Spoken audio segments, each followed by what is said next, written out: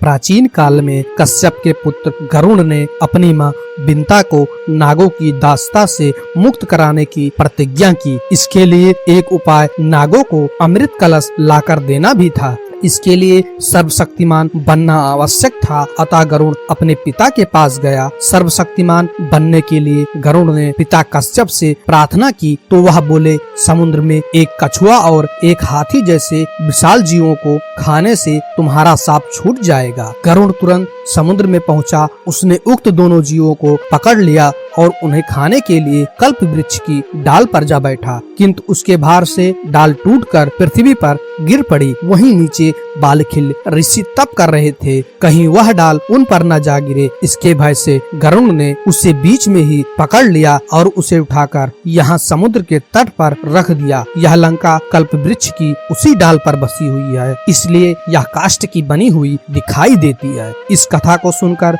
लौहजंग को बड़ा आश्चर्य हुआ। कुछ दिनों में उसे गरुड़ की सवारी का अभ्यास हो गया। तब विभीषण ने उसे पर्याप्त धन और मूल्यवान रत्न दिए तथा मथुरा के स्वामी के लिए शंख, चक्र, गदा और पद्म भेजे। इन सभी चीजों को लेकर लौहजंग गरुड़ पर बैठकर मथुरा की ओर उड़ चला। कुछ ही समय में वह मथुरा पहुंच गया। मथुरा में लौहजंग ने गरुड़ को एक बौद्ध विहार में उतारा। विभीषण से मिले धन को पृथ्वी में गाड़ दिया तथा गरुड़ को एक खूंटे से बांध दिया। इसके बाद एक रत्न को उसने बाजार में बेच दिया तथा अपनी दैनिक आवश्यकता की वस्तुएं तथा श्रृंगार सामग्री खरीद ली। बौद्ध विहार में लौटकर उसने स्नान, भोजन आदि किया तथा अपने वाहन पक्षी को भी भोजन कराया। फिर वह सुंदर वस्त्र पहनकर सज संवर कर तैयार हो गया। सायंकाल में वह गरुड़ पर बैठकर रूपणिका की छत पर जा पहुंचा। वहां जाकर उसने एक विशेष प्रकार की आवाज की तो रूपणिका उसे देखने के लिए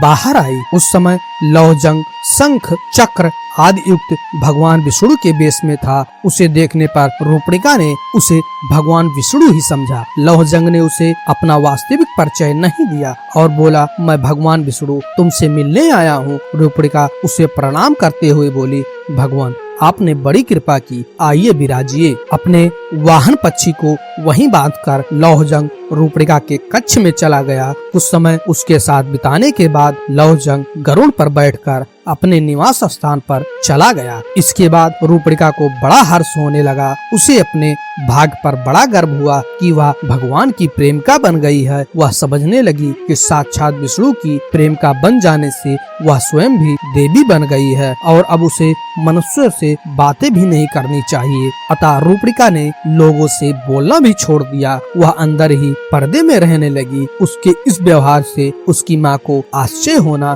स्वाभाविक ही था। इसका कारण जानने के लिए माँ ने पुत्री से पूछा, बेटी तुमने बोलना क्यों छोड़ दिया? माँ द्वारा बार बार पूछे जाने पर रूपणिका ने सारी बात बता दी। कुटनी माँ को पहले पुत्री की बात पर विश्वास न हुआ, किंतु जब रात्रि में लौहजंग गरुड़ पर बैठकर पुनः आया तो उसने स्वयं देख लिया, अतः उसे विश्वास करना ही पड़ा।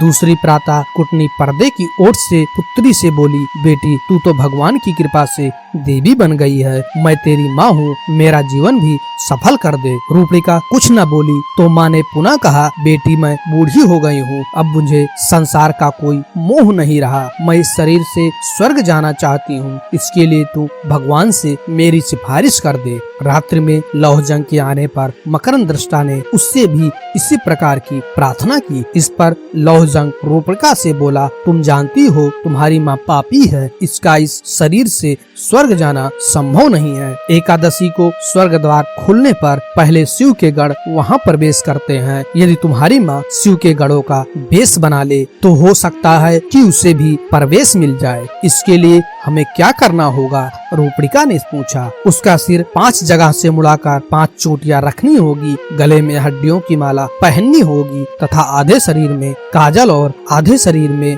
सिंदूर पोतना होगा, तभी उसे शिवगढ़ों में मिलाया जा सकेगा। उसके ऐसा करने पर ही मैं कुछ कर सकता हूँ। यह सब बताने के बाद लौहजंग ने रूपणिका के साथ विहार किया, फिर लौट गया।